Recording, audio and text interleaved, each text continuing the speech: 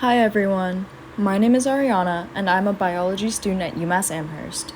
I'm here today to tell you how anybody, regardless of having a background in science or biology, can make a difference in conservation efforts of the rockhopper penguin. No experience is necessary and anybody can contribute. The rockhopper penguin, which can be found in Argentina, is in great danger from the threats of climate change, like many of the other species of the world.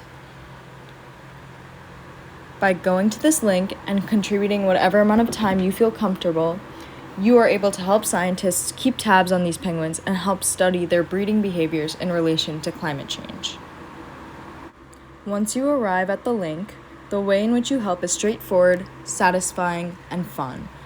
You will be given different time-lapse photos of a rockhopper penguin colony taken in Argentina. Simply by using your cursor or mouse, you're able to label the different birds that you see in each photo.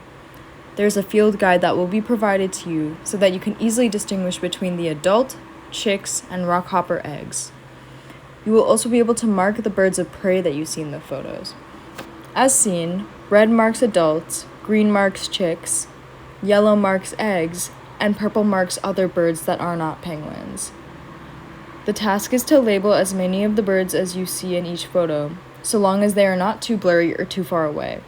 If the image provided to you does happen to be too blurry, you are able to use a different photo. The work is very simple and almost feels like you're playing a game.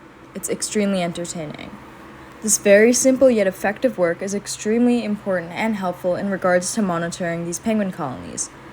By observing the different ratios of the birds, scientists can learn several things about the colonies, such as the survival rate of these penguins, how successful they are at mating, and how much birds of prey affect these groups.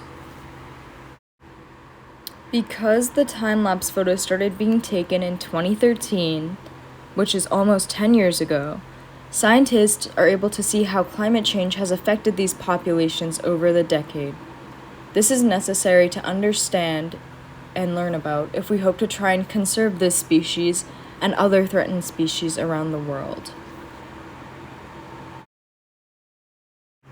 The work is pretty simple, and anybody as young as 5 years old can help out.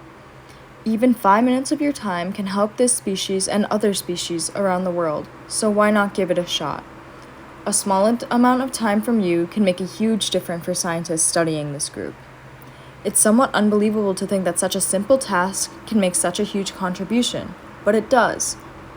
Together, with the help from volunteers of all walks of life, we can potentially help protect this species and other species around the world.